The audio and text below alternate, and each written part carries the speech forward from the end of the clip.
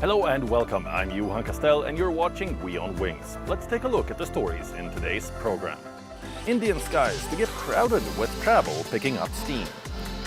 Prime Minister Modi travels to Cairo. What to see and what to do in Cairo like a Prime Minister. This week, WION's country in focus is Southern Europe's Spain. We'll show you a new exciting place in France as the Palace of Versailles celebrates 400 years old. And how the Chariot Festival lit up the streets of Puri on India's east coast. Let's get started. In light of the recent large deals by Indian Airlines to acquire a record number of aircraft over the coming decade, Indian skies are set to get more crowded. Travel and tourism are picking up again, and foreign destinations are eager for more Indian tourists. Take a look at our report, where we also show beyond the beaten path in India.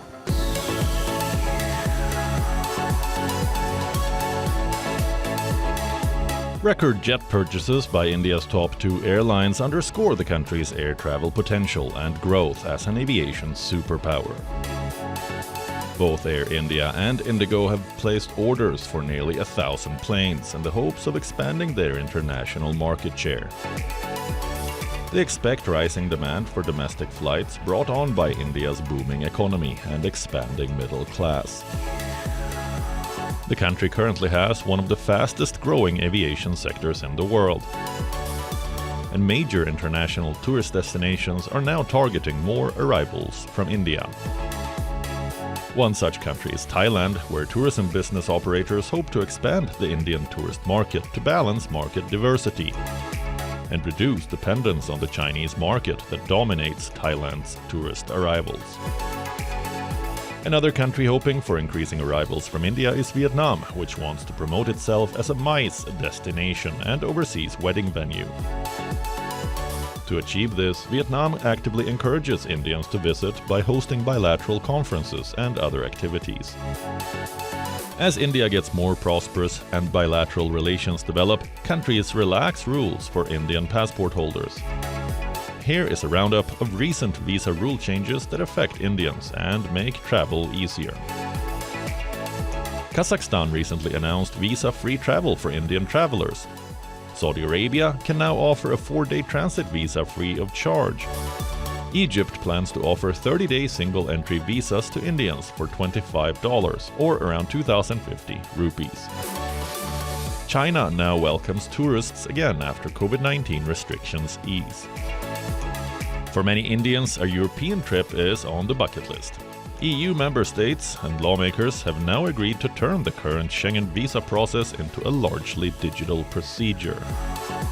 According to lawmakers, this will eliminate the need for a physical sticker in the passport and make it easier, cheaper, and faster. So, how many countries can Indians visit with an e-visa around the world? According to the Ministry of External Affairs, 35 countries allow Indians to get an e-visa, while a total of 17 countries are visa-free for Indian passport holders. A total of 43 countries worldwide allow Indians to receive a visa on arrival, provided they fill in the requirements for the visa upon reaching. This includes countries like Vietnam, Thailand, Kenya, Jordan, Indonesia, and Cambodia. But where do Indian travelers go for their first international trip? What are the best value destinations and where should you start? If you're traveling for the first time and if you're young and looking for a budget-friendly travels, you should start with more Asia-specific countries like Thailand, Malaysia. Recent news with, if you check out Egypt, it's one of the best destinations also to travel with. So if you're traveling for the first time, you should start with more of Asia-specific countries, and then plan out your travel to the Western countries. But how about if you want to visit Europe by getting a Schengen visa? How long does it take to get it processed? How long in advance do you need to apply? The decision comes within 2 to 3 weeks of a time, but if you're planning to travel to Schengen countries, you should take at least 2 months' time, before you plan for it. Okay, but how about the new emerging domestic destinations? There must be new things to see beyond the Delhi-Agra-Jaipur triangle, right? if you love to explore something really unique, new, Kashmir is one of the beautiful places to travel to. Then you also can go ahead and travel to South Indian cities like Kerala, Ooty, and the top destinations. If you're more of like, trekking kind of a person, you want to go ahead and experience, Sikkim. It has beautiful passes, trekking places you can go ahead and experience. Or maybe Darjeeling, like Tiger Hill is one of the beautiful destinations.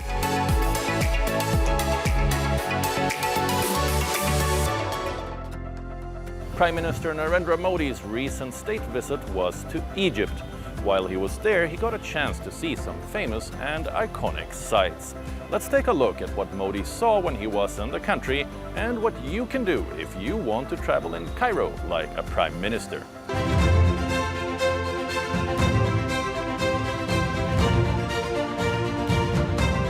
When Narendra Modi walked down the stairs from the aircraft last weekend, his Egyptian counterpart, Prime Minister Mustafa Madbouli, welcomed him with open arms, underscoring growing ties between the two nations. The leaders inspected the ceremonial guard of honor and listened to national anthems before proceeding with the first state visit by an Indian PM since 1997.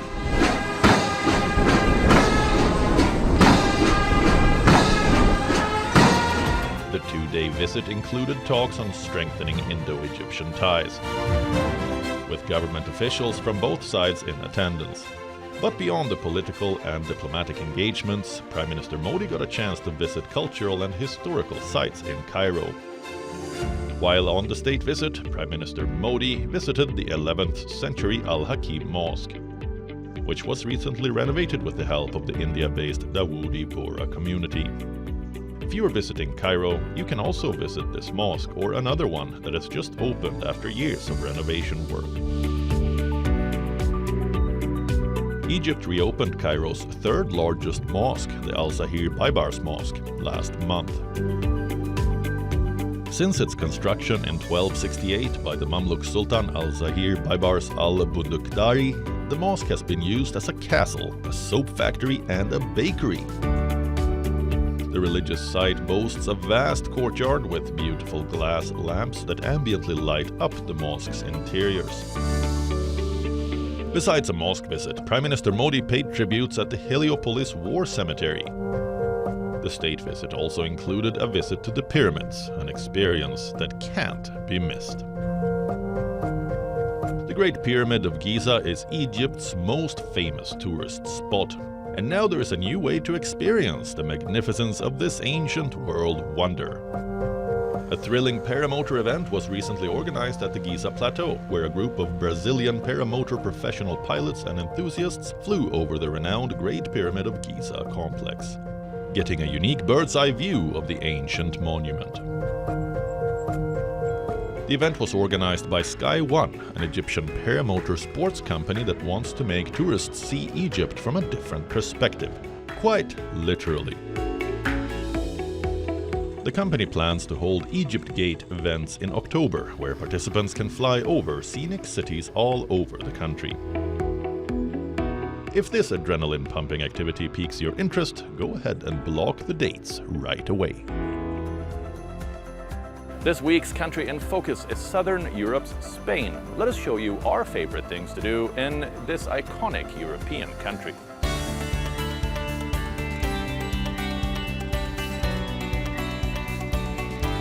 The holiday favorite Mallorca Island, the historic Alcazar Castle at Sevilla, and the beautiful Santiago de Compostela Cathedral. Spain is home to some of the most iconic sites in the world. According to official figures, it attracted over 70 million travelers last year. Spain's capital Madrid carries a rich historical legacy and offers landmarks that are rewarding as they are diverse. When traveling to this charming capital, one can see the Royal Palace, Cibeles Fountain, El Retiro Lake, and the Almudena Cathedral. If you want to experience the sporting culture of the city, you can go for a football game at the Santiago Bernabeu Stadium, the home stadium of the Real Madrid football team. But if you want to experience something truly Spanish in tradition and heritage, visit the Las Ventas Bull Ring for an event with a bull and matador. If you are a true art lover, head to El Prado Museum in central Madrid as part of the Spanish painter Pablo Picasso's 50th death anniversary. The museum has organized a unique display. The museum has unveiled a one-of-a-kind exhibition titled Picasso, El Greco and Analytical Cubism. This showcase combines a curated selection of paintings by both Picasso and El Greco, the noted Greek painter, sculptor and architect of the Spanish Renaissance. The artworks displayed reveal the striking similarities in the painting styles and sensibilities of the two master artists. This exhibition at the Prado Museum is of exceptional importance because Picasso was director of the museum during the Civil War. That means there is a very particular link, apart from the fact that Picasso visited this museum when he was a child. The exhibition highlights the creative inspiration that Picasso may have found in El Greco's work, leading him to develop analytical cubism. Moving to Barcelona now, a lively city on Spain's Mediterranean coast. The list of highlights includes the Parc de la Ciutadella, the famous Barceloneta beach and the Gothic Quarter that takes you back to medieval times. But the most famous tourist site in Barcelona and probably even Spain is the historic church of La Sagrada Familia. Known as the world's largest unfinished church, the La Sagrada Familia is a must-visit landmark that draws in millions of tourists annually. The spectacular church was designed by the renowned architect Antoni Gaudí and has been under construction since 1882. One prevalent sight within its compound is the famous Passion Facade, a moving representation of death and resurrection of Jesus Christ. Chateau de Versailles celebrates its 400th anniversary this year. Now the public can access the former royal residence of Marie Antoinette as restoration works have just completed.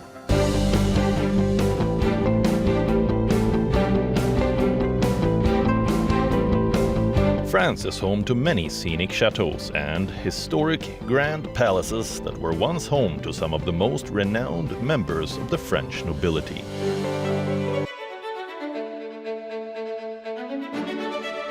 One such magnificent site is the stunning Palace of Versailles, the principal residence of the French kings from the time of Louis XIV to Louis XVI.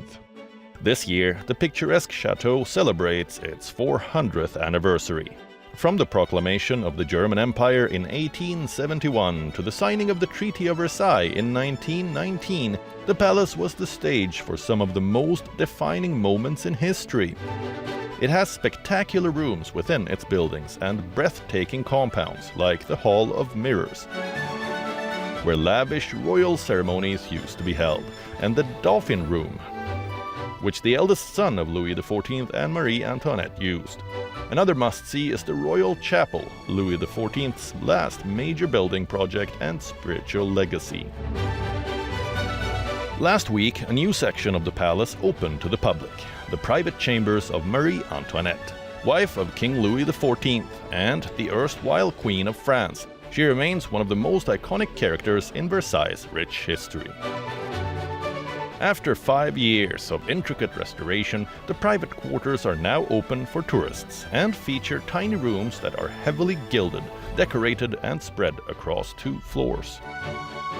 The Queen used to recover from the fatigues of the court, spend time with her children and host an exclusive circle of friends in these rooms that include a living room, a library and a boudoir. The quarters themselves carry an interesting story.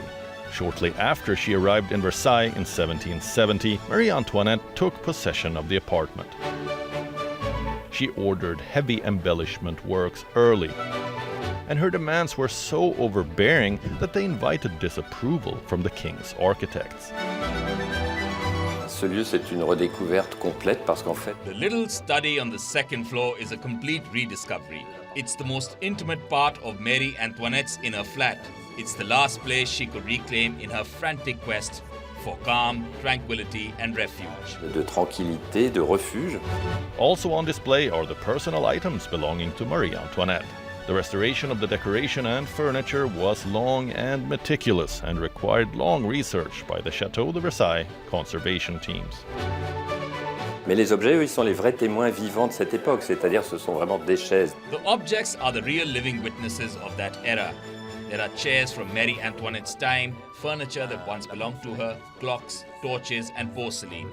What's fascinating about a place like Versailles is that it's both a monument and a museum with collections that are real witnesses. Qui, elles, sont de vrais témoins. So next time you are in France, remember to take a trip to this spectacular palace and even pay Marie Antoinette a visit to her place. In India's eastern town of Puri, a huge wooden chariot could be seen moving among a massive crowd of people during the annual Chariot festival in the city. Devotees from around the world were soaking in the festive atmosphere and enjoying the celebrations.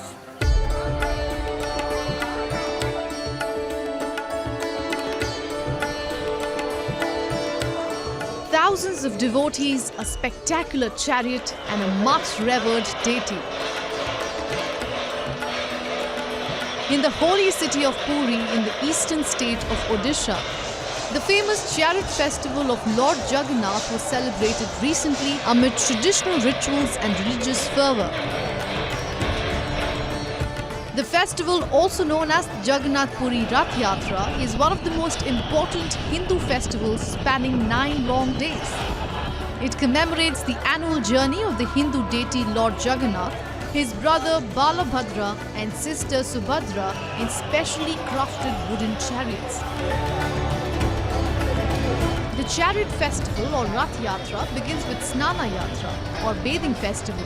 The deities are first bathed with 108 pitchers of water and then remain in seclusion for about 2 weeks. After the seclusion period, the chariots of the deities are taken out in a massive procession. The energy and the devotion with which they pull the chariot offers a divine experience to all those who witness it. I cannot explain it. The procession starts from the Puri Jagannath temple and marches to the Gundicha temple. The journey consists of 1 day of travelling to the temple, a 7-day stay there and 1 day of return. The massive, brightly decorated chariots are pulled by scores of devotees with the help of ropes through the streets of Puri as they chant prayers and hymns with contagious devotion. The road is swept with a gold-handled broom and sprinkled with sandalwood water. Devotees from all across the globe take part in the festival to seek the God's blessings, as even a fleeting glimpse of Lord Jagannath on the chariot is considered rare and auspicious.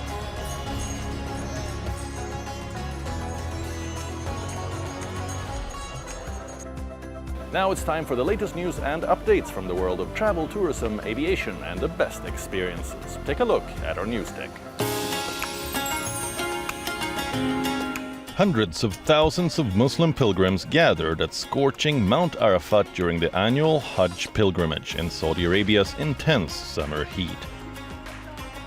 Despite the challenging temperatures, worshippers flocked to the sacred site before sunrise, creating a mesmerizing sea of white-robed individuals. Considered one of the 5 pillars of Islam, this ritual emerges from 3 years of COVID-related restrictions, potentially becoming the largest Hajj in history. This pilgrimage is a lifelong aspiration for many Muslims and serves as a vital revenue source for Saudi Arabia as the country endeavors to diversify its economy through tourism and inward investments. The symbolic stoning of the devil ritual took place on Wednesday. The pilgrims then returned to Mecca's Grand Mosque for the concluding circumambulation of the Kaaba, the revered black cube towards which Muslims worldwide pray daily. This year's Hajj marks a significant milestone after the Saudi authorities abolished the requirement for women to be accompanied by a male guardian in 2021. Additionally, removing maximum age limits has allowed thousands of elderly individuals to participate in the pilgrimage. In Brazil, the Tembe indigenous group recently celebrated the illustrious WION festival. The cherished centennial tradition preserved by the older generations is a vital link to their cultural heritage. The festival symbolizes the transition into adulthood for boys and girls who have reached puberty since the previous year's ritual. The mothers adorn their children with the rich black dye of jenipapo, a fruit renowned for its skin-tinting properties. Feathers and necklaces become radiant embellishments as they jubilantly join visiting indigenous groups in celebration. The Tembe Tenetehara group resides in northern Brazil's expansive Alto Rio Guama indigenous territory that covers an impressive 280,000 hectares. While officially recognized as an indigenous territory since 1945, the presence of more than 1,500 non-indigenous individuals, some involved in logging and narcotics, continues to persist, despite ongoing efforts for their removal over the past 3 decades. Flying free for your whole life is something everyone dreams about. But Tom Stuker is the man who's flown a staggering 23 million miles and visited over 100 countries. A 69-year-old car dealership consultant based in New Jersey, Stuker is arguably the world's most frequent flyer. Back in 1990, United Airlines put up the offer for a lifetime pass priced at $290,000. Stuker seized the chance and has pretty much lived in seat 1B ever since. 2019 was Stuker's best year, boarding a record 373 flights while saving about $2.44 million on tickets. United Airlines stopped offering these magic passes long back, quite unsurprisingly so. That's all we have for you in this week's show, but don't forget to tune in to next weekend's episode as well. For now, it's me, Johan Castell, checking out. See you next time.